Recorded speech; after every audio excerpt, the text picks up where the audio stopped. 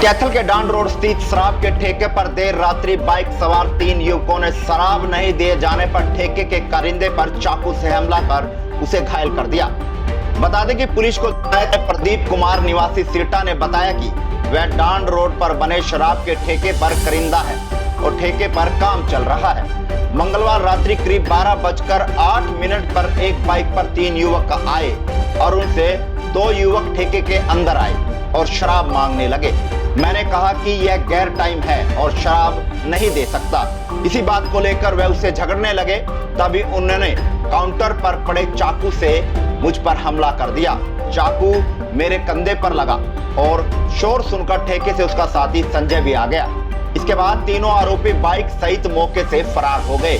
हमले की सूचना उन्होंने ठेका मैनेजर विशाल को दी। इसको सरकारी अस्पताल में दाखिल करवाया गया, जहां उसका इलाज चल रहा है।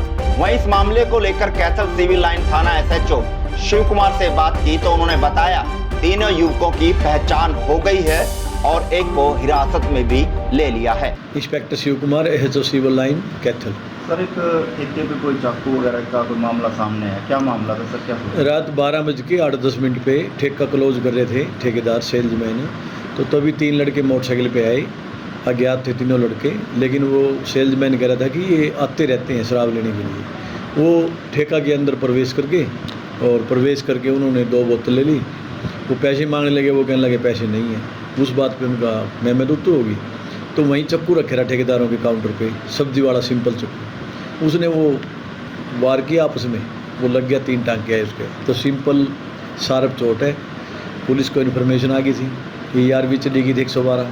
और उसके बाद हमारा रात SDO था सब इंस्पेक्टर सुभाष चंद्र, वो अपनी टीम के साथ मौके पे चले गया था। उसने मेरे को सूचित कर दिया, मैं भी चला गया था मौके पे। हमने रात को फुटेज वगैरह का अवलोकन किया और तलाश करने का प्रयास किया। तो रात को इसकी स्टेटमेंट लेके मुकदमा नंबर 180 दर्ज कर दिया। अंदर प्रवेश करने का आरोप है और शार्प चोट का आरोप है और 3 बंदे थे उनका।